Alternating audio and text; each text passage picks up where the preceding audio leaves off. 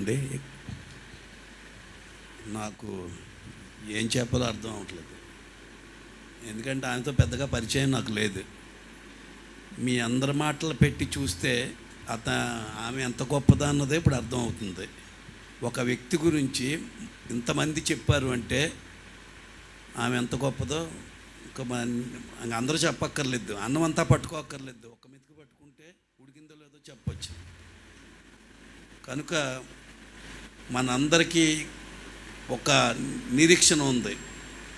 ఏంటంటే అది క్రైస్తవులకు మాత్రమే ఉంది.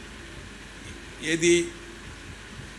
ఈ లోకం కాదు, ఈ లోకం అశాశ్వతమైన లోకంలో మనం ఉన్నాం.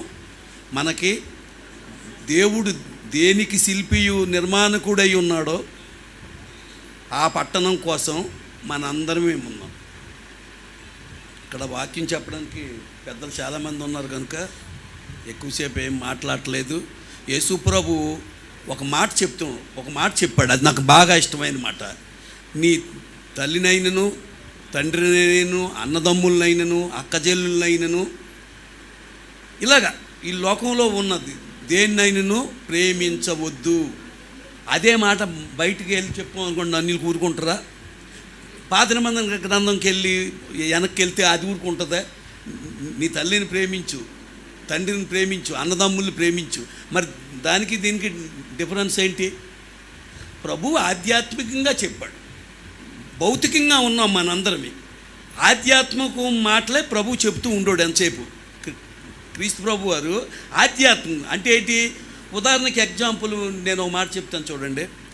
మేమందరమే, మా అమ్మగారు సడన్గా యాక్సిడెంట్లో చచ్చిపోయారు. మా అమ్మగారు, మా నాన్నగారు తప్ప మాకు పెద్దగా 5 అన్నదమ్ములు, 2 అక్కచెల్లెలు, ఎవరికి తెలియదు. వాళ్ళిద్దరే ఒక్కసారి అయోమయంలోకి వెళ్ళిపోయాం అందరమని. ఏంటి ఇలాగైపోయింది, ఏదో అయిపోయిందని. నేనైతే ఎక్కడో బ్రిడ్జీల మీదకి వెళ్ళి పడుకునేవాడినట్ట. మా నాన్న చెప్తూ అది అలాగైపోయామాట మేమందరమని. అప్పుడు మా నాన్నగారు 20 సంవత్సరాల వయసులోనే నాకు మ్యారేజ్ చేయవలసి వచ్చింది. అప్పుడు అంటే దేన్ని ఈ లోకంలో అతిగా ప్రేమించవద్దు. అందరూ కావాలి, ఏది కాదు. అన్నీ ఉన్నాయి, ఏది కాదు. బైబిల్లో ఒక ముఖ్యమైన మాట ఉంటుంది, దృశ్యమైనవి అదృశ్యమైనవి. అదృశ్యమైనవి శాశ్వతాలు, దృశ్యమైనవి ఏవి శాశ్వతాలు కావు. కానీ ఆమె ఈ లోకాన్ని విడిచి ఈ లోకంలో ఒకరికి మాత్రం అన్యాయం చేసి వెళ్ళిపోయింది, మిగతా వాళ్ళందరికీ కాదు. ఎవరికి అన్యాయం చేసి వెళ్ళిపోయింది? ఒక్కరికి మాత్రమే అన్యాయం చేసింది. ఎవరికమ్మా? కనబడలేదు. భర్తకి అన్యాయం చేసి వెళ్ళిపోయింది. శబాష్! ఎందుకో తెలుసా? దేవుడు, పర్లేదు ఒక 5 నిమిషాలు చెప్పొచ్చు కదా. దేవుడు మానవుణ్ణి, ఆదామును తయారు చేసినప్పుడు ఒంటరిగా ఉంటే బాగోదని సాటి సహకారి ఎవరైనా ఉంటే బాగుంటుంది, ఒక్కడ ఎలా ఉంటాడని తయారు చేసి పెట్టాడు. పెట్టి మన అబ్రహాం దగ్గరికి వచ్చినప్పటికి, అబ్రహాంకి ఎన్ని సంవత్సరాలు? 100 సంవత్సరాలు అనుకుందాం. శారాకి ఎన్ని సంవత్సరాలు? 90 సంవత్సరాలు. మన క్రైస్తవులు పక్కన పెడితే హిందువులు కానీ ముస్లింలు కానీ ఎవరినైనా తీసుకోండి, భార్యాభర్తలకి డిఫరెన్స్ 5, 6, 7, 8 సంవత్సరాలు పెడుతున్నారు. ఏ సమాన వయసు వాళ్ళని పెళ్ళి ఎందుకు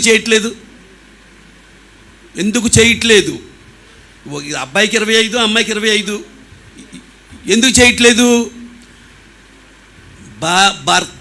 భార్య కంటే భర్త ముందు పోవాలి. సాటైన సహకారి ఉన్నప్పుడే ఇతను వెళ్ళిపోవాలి ముందు. అందుకే బైబిల్లో ఎక్కువగా అనాథులు, వెధవరాలు కుమారులు అంటే వాళ్ళ మీరు చూడండి మిగతా వాళ్ళు ఉన్న వాళ్ళు అని అర్థం భావంతో చెప్పాడు. కనుక ఈవేళ గాంధీ గారికి మాత్రం అన్యాయం జరిగింది ఒక విధంగా. కానీ మన ఇష్టం కాదుగా, మనకే ఈ లోకానికి పంపించిన ఆయన ఇష్టం. ఈ లోకానికి మనం వట్టి చేతులతో వచ్చాం, వట్టి చేతులతోటే వెళ్ళిపోతాం. కానీ పిల్లలు అనేవాళ్ళు ఇక్కడ ఉన్నారు, స్వాస్థ్యం అనేది మనకి ఇచ్చారు. వాళ్ళ పిల్లలు బాగా పెంచారా లేదా? ఆమె పెంచిందనే క్లియర్గా అర్థమవుతుంది. ఆమె బాధ్యతలు ఆమె నెరవేర్చింది. ఆమె వల్ల ఎంతోమంది మారు మనసు పొందారు. ఇప్పుడు దాకా అందరూ చెప్పారు. కనుక ఆ వెళ్ళిపోవడం ఆనందమా కాదా? కుటుంబ సభ్యులకు చెప్తున్నాను, ఆనందమా కాదా? ఇంకెంతసేపు ఇక్కడే ఉండాలా? మట్టి శరీరంలో ఉండాలి ఇంకానా? బాధలు పడాలా? సుఖం వద్దా? ఆమెకి పాడడానికి సుఖం వద్దా? సుఖం కావాలి. ఎక్కడికి వెళ్తే సుఖం వస్తుంది? ఆమె ఫస్ట్ ఎక్కడి నుంచి బయలుదేరి వచ్చిందో మళ్ళీ అక్కడికే వెళ్ళాలి. ఎక్కడి నుంచి వచ్చింది? దేవుడి దగ్గర నుంచి తండ్రిలో ప్రవేశించి, తండ్రిలో నుంచి తల్లిలో ప్రవేశించి, అక్కడ శరీరం ఏర్పరచుకొని భూమి మీదకి వచ్చింది. మళ్ళీ అదే మట్టి శరీరాన్ని ఇక్కడ వదిలేసి వెళ్ళిపోయింది. కనుక ఆమె నా గురించి మన అందరం ఆనందంగా ఉండాలి. ఆమె ఆ లోకంకి వెళ్ళింది. బైబిల్లో ఒక్కోసారి అంటారు ఏడవద్దు, దుఃఖపడొద్దు అని. కానీ ఏడవద్దు, దుఃఖపడాలి. ఎందుకని? అరే మన మధ్యలో ఉన్న ఇంతవరకు ఉన్న మనిషి ఎక్కడికి వెళ్ళిపోయింది అన్న బాధ మాత్రం మనకు ఉంటుంది. ఇర్మియా గ్రంథం 22వ అధ్యాయంలో చెప్తాడు, ఏడవద్దు, దుఃఖపడండి, పర్వాలేదని. కనుక ఒక మంచి మనిషి మనలో నుంచి వెళ్ళిపోయింది. రేపు మనం కూడా అక్కడికే వెళ్తాం. ఈ లోకం శాశ్వతమైంది కాదు. కనుక మరణాన్ని చూసినప్పుడల్లా మనం జ్ఞాపకం చేసుకుంటూ ఉండాలి, ఈ లోకం నాది కూడా కాదు, నేను కూడా వెళ్ళిపోతాను. మనం ఎప్పుడు అదే నేర్పిస్తున్నాం. ఈ లోకం మంద కాదు, మనం పిక్నిక్ వచ్చాం, యాత్రికులమి ప్రయాణికులమి. యాత్ర చక్కగా చేసింది. యేసుప్రభు మాట అంటాడు, తండ్రి నా ఆత్మను, మరి నువ్వు నేను ఆ మాట చెప్పగలమా? నా ఆత్మను నీకు అప్పచెప్తానని. కానీ అందరూ అలాగ అప్పచెప్తున్నారా? సారా కొట్టుకు అప్పచెప్తున్నారా? పాపానికి అప్పచెప్తున్నారా? కానీ ఈమె చచ్చిపోయిన ఆమె సేవ చేసింది, దేవునికి ఆత్మ అప్పచెప్పిందని నమ్ముతూ విశ్వసిస్తూ ఈ అవకాశం కల్పించిన పెద్దలందరికీ వందనాలు చెల్లిస్తూ, కుటుంబ సభ్యులందరికీ సంతోషంగా ఉండాలని, యేసుక్రీస్తు వారి నామంలో ఏ బాధ పడవద్దని, క్రీస్తు ఏ విధంగా చెప్పాడో ఆ విధంగా ఉండాలని మనస్ఫూర్తిగా కోరుకుంటూ, మీకు ఆయురారోగ్యాల కుటుంబాలకు ఇవ్వాలని, గాంధీ గారికి మనశ్శాంతి ఇవ్వాలని మనస్ఫూర్తిగా కోరుకుంటూ మీ అందరికీ సెలవు తీసుకుంటున్నాను. చక్కటి ఆదరణకర మాటలు